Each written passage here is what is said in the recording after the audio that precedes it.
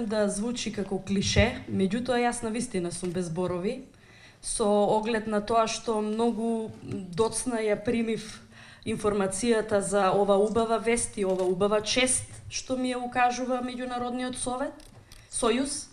Меѓутоа, еве, јас сум политичар и спремив говор во неколку точки, но не затоа што сакам да читам, туку за да не се расплина многу и да не кажам многу повеќе од она што е времето предвидено за оваа свечаност. Пред се сакам да ја поздравам председателката на Собранието на Меѓународниот сојуз, членовите, председателот, членовите на извршното тело, амбасадорот Гарет, со кој што сме имале убава соработка, народниот правобранител, градоначалникот на општина Струмица, поранешната министерка за надворешни работи, гостите од Словенија и сите останати присутни. Зошто е важен овој сојуз? Јас сакам да кажам малку и една лична релација со Боки, за да го доловам моментот на можеби избор зошто јас би била личноста што треба да биде почесен председател на овој значаен меѓународен сојуз. Во периодот кој што го спомна Боки, а го водев како технички министер ресорното Министерство за труд и социјална политика, се соочив со многу предизвици.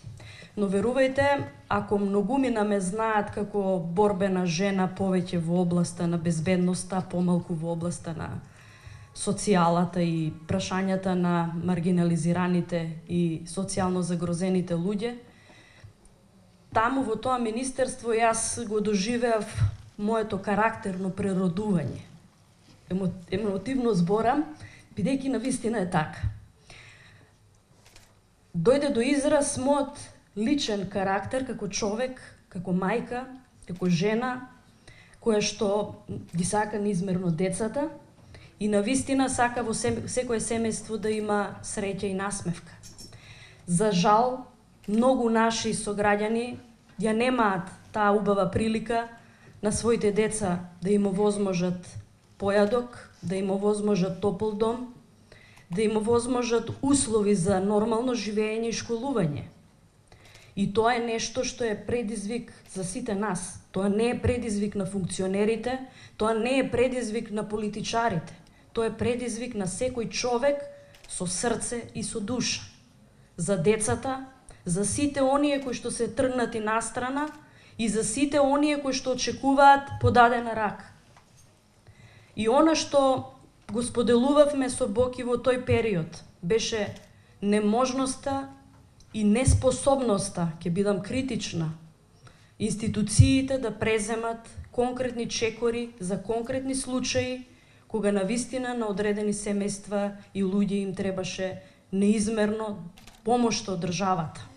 Ние бевме немоќни, исправени пред ситуации кога за државните работи одговараа невладините организации и поединци, кога за она што треба да се грижи државата, се грижеа хуманите луѓе, со јавување на телефонски броеви, со донации, со собирање на храна, со помош за бегалците, со сите предизвици пред кои што бевме исправени.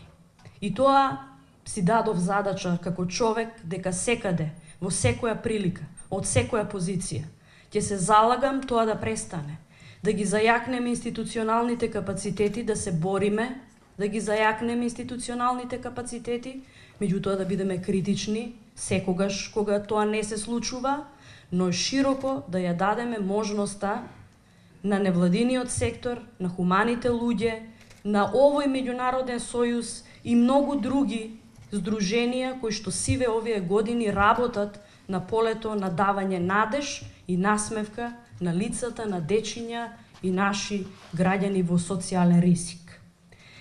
И кога соработувавме со Боки, ја согледавме таа потреба навистина да се организираме многу повеќе од тоа што е организирано општеството, да бараме многу повеќе одговори од нив, меѓутоа и да си дадеме пред се многу поголеми задачи за нас самите како луѓе. затоа што насмевката на нашите деца дома не е доволна.